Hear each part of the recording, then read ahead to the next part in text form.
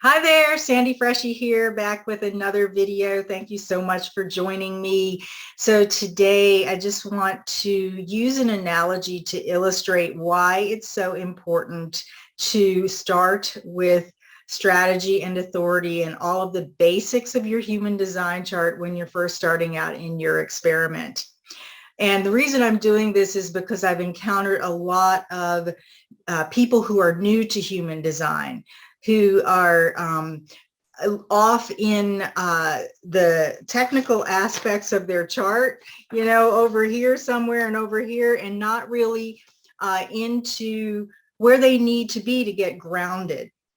And so the other day, if you're not aware, I'm moving my website. I need to move my website off the current host. And I was in the program where I'm moving it, and it occurred to me that what I was doing is a perfect analogy for where you need to start and why you need to start at the beginning. So I'm going to share just the back end here of what I'm creating, just to show you what the analogy is about.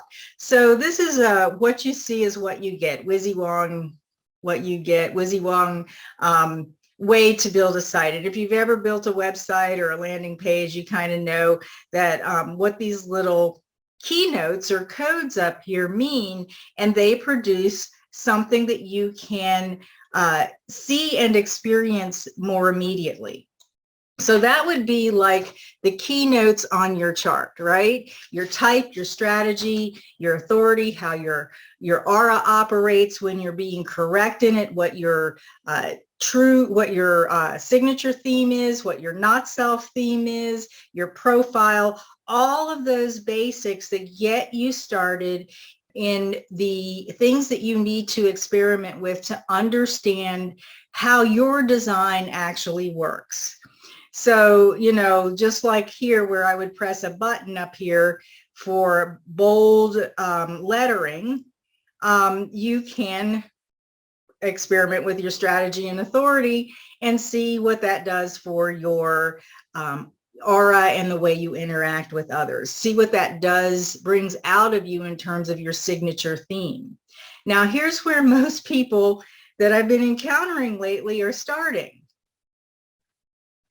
Here, which would be analogous to all of these planetary placements, all of the gates, all of the channels, what all of that means. And if I had an advanced chart here, a lot of people I've been encountering are new people are trying to figure out, what the color, tone, and base is in their chart, when actually, and that would be, like coming down here and trying to read all of this code here and trying to decipher what that looks like when you actually have in your keynotes what that would look like. And let me show you here what that would look like.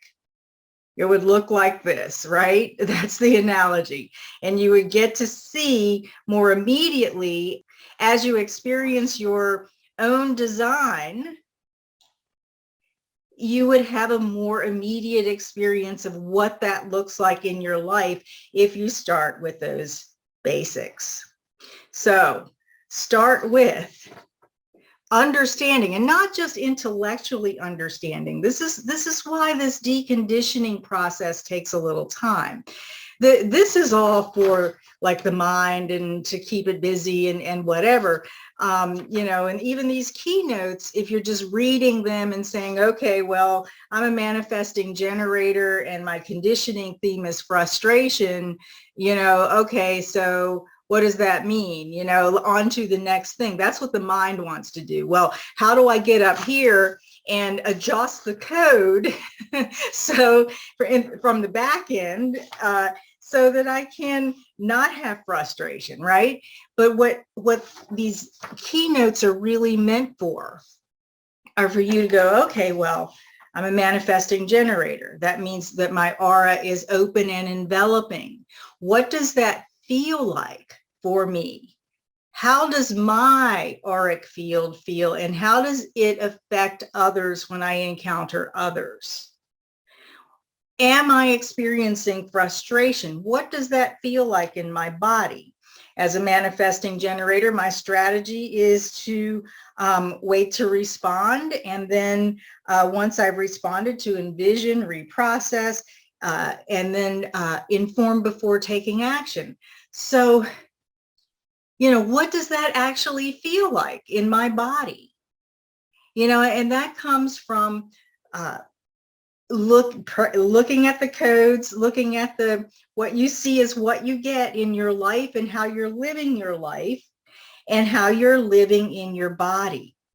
So these keynotes are like the basic directives that get you reoriented, that get you to the picture of your life in a more immediate way, so that you can see what you're doing as you are doing it. Okay. And then if you are so called, or if you are called to be a coder, or to decipher the deeper codes, then you can go in the back end and and get into the depths of it, and really understand what that code is saying at those very, very deep levels that are producing what you're seeing in your life. So I would love to know if this analogy is helpful for you, if it is something that is useful for you. It's just one of those off the walls, channel 6447 things that came together that may or may not mean a thing for you. But I just wanted to share it, because if you're new to human design, don't get caught in the details of the code. What's in the code is going to reveal itself as you work with what you're seeing in your life. And Ra-Uru-Hu gave us a very simple way to begin to work with the complicated code that's on the back end, so that we can truly see how we're organized, how we're created, what we see when we are living certain aspects of the code, or experiencing certain aspects of the code, what happens when we change our behavior, what happens to that code, and we can see it right there in the screen in front of us, inside of us. That is our life and our body and conscious awareness experience. So I hope this is helpful. I have plans in the next few months to relaunch my Shift membership. So I'll leave a link down below if you want to get on the wait list for that. And in the next iteration of my Shift membership, we're really going to go into shifting into your design in a way where you can really make use of what you see is what you get, so that you don't get mired down in the codes and get lost from what your blueprint is really trying to show you. So like I said, I'll put the link where you can get on the wait list for that. And until the next time, be well.